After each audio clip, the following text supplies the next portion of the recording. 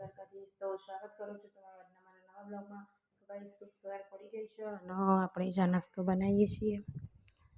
જો ચા ઉકળવા મેલ્યો હો અને રોટલી બનાવવાની થેપલા બનાવવાની તૈયારી ચાલુ થઈ જશે. જો થેપલા બનાવવાના ગુરગુલા કરી મેદાના વાહનનો જો ગાઈસ ઢગલો જેટલો બધો થઈ ગયો. હવે કોઈક રોટલી એવું બધું સારું બનાવે એટલે વાહન બહુ થાય. પહેલાં તો વાત જ ગાઈસ પાછળ મસ્ત મજાનું પોતું મારી દીધું છે અને એવા ઘરમાં કચરા પોતું ના કિચનને બધું સાફ કરવાનું વાસણને બધું બાકી એમ તો પહેલાં ચા નાસ્તો બનાવી દઉં. હજુ અજીતને ગીતીને બધું ઉઠીને આવ્યો નહીં તો ત્યાં બધી રોટલીને બનાવીને પછી હવે વાસણ ઘસવા બેસજો. આટલા તો ઘસે જાય પછી એમ કે બીજા પછી ઘસે. તો ચલો ગાઈસ ત્યાં ચા નાસ્તોને બનાવી દઉં. તારા માટે જ્યાંની રોટલી બનાવી તીખી અને આરું નેંજલ બે જો ઇન્સ્ટામ રમવા બે જણા મોબાઈલ જોવા અને પેલા ચેલા ઊંઘીને ઉઠ્યા એવા પડ્યા એવા દીદીને ખોરાક. તો ગાઈસ ચલો તાણે હવે જમવાનું તો બનાવી દીધું. હવે બધો જમવા બે તાણે કોમનું પાર આવવાનો કલરનું એક બાજુ કોમ ચાલુ હોય અને એક બાજુ લીમડો કપાઈ ગયો એકદમ જો ખુલ્લું થઈ ગયું. અજવાળું નકરું આવે છે એટલે એમ કહો લીમડો એટલા માટે કાપ્યો કે ચોમાસામાં પડી ના જાય ને એટલા માટે. હોરી દીધો હોય તો વધુ ના આવે એટલે પેલી બાજુ કલરનું કામ ચાલુ હોય. ચલો ગાઈસ તારા વારાઓને થોડું ખવડાવી દઈએ. શાક રોટલીને એવું બધું જમવાનું બની ગયું હતું મસ્ત મજાનું. બટાકાનું શાક ને રોટલી ચોરીને એને ખવડાવી દઉં મસ્ત. આરો શું કરો દોરારી શું કરો મારા ચોકલું હું જોવા મોગલી.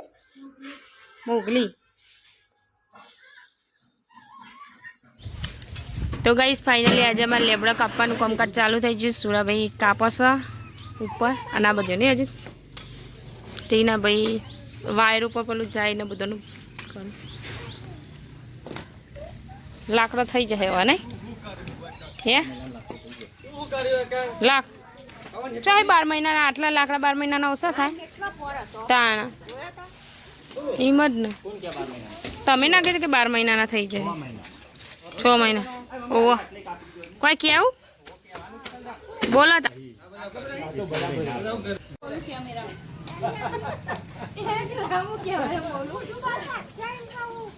ગાઈસ ખરેખર અમે વૃક્ષો કાપતા નથી, ખાલી હલ્લી કાઢીએ છીએ. એટલે મતલબ કે સહેલો થાય એના માટે વૃક્ષો કાપવા ખરેખર બહુ સારી વાત નહીં.